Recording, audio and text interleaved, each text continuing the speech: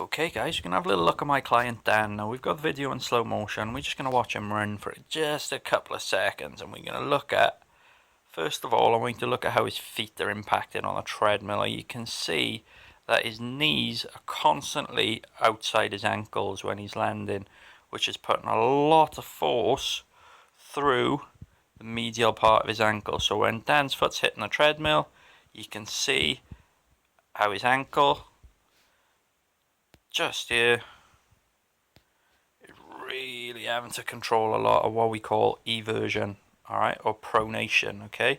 So instead of controlling it all through his foot and his calf, he's controlling a lot of it through his medial ankle.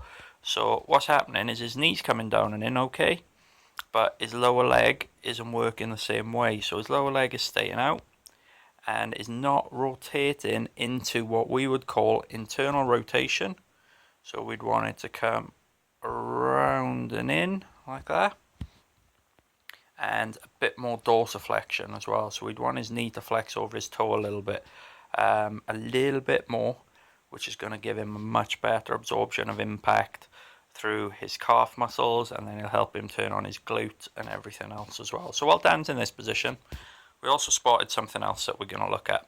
And the other thing is we're going to use our little angle drawing, and we're going to come up here and we're going to look at the angle of Dan's pelvis, and that's dropping down quite a lot. So we've got a 12-degree tilt there. So as Dan's in kind of mid stance, foot nice and flat on the floor, you can see this pelvis, the right side of his pelvis, drops right down and in. Okay, now we know if we get our little arrow out again, that's going to put a lot of pressure on the outside of his hip, and it could lead to things like runner's knee. You can see what's going on in his back here, where we're getting a lot more shortening in his back on this side compared to a lot of lengthening on this side.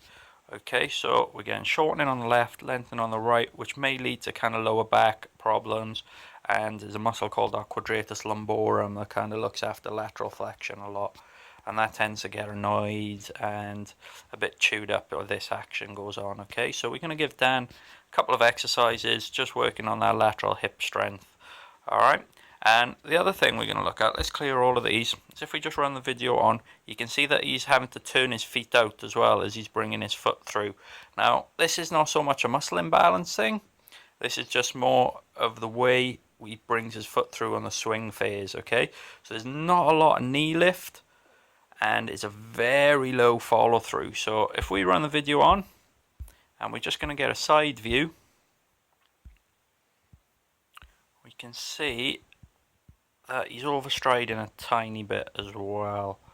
So if we look at the time he impacts on the treadmill, he's not too bad. He's a fairly forefoot and may get a slight kiss of his heel, which isn't a bad thing. But we definitely want this angle of his tibia to be a little bit more like this angle. Okay, so we want to encourage Dan to land over more of a bent knee, so we start getting more absorption through that calf and his soleus, which is going to turn on his big muscles in his hips, his hamstrings and his quads. So at the moment he's using his skeleton a lot instead of his muscle system to absorb a lot of impact when running. So what we're going to do with Dan, we're going to put him through like a hip strengthening program. We're going to start looking at the length of his calf muscles, in particular his soleus, so the ones that look after our landing, and we're also going to look at a bit more hip flexion as well to see if we can allow him better range through his hips, to allow him better knee flexion with his front leg, and allow him a nice, more flowing, fluid gait, which will help him get his tibia from this red line and into the yellow line. Okay, so landing a little bit more flex knees with a little bit of more of a longer, floatier stride. We did test his cadence, by the way, and his cadence was 174. So if we think about the research, we're looking at hitting 172.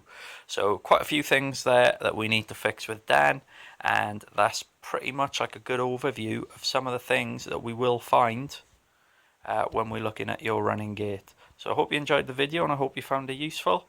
And yeah, please get in contact if you'd like a gait assessment, and obviously we give you a full treatment program based on what we find as well.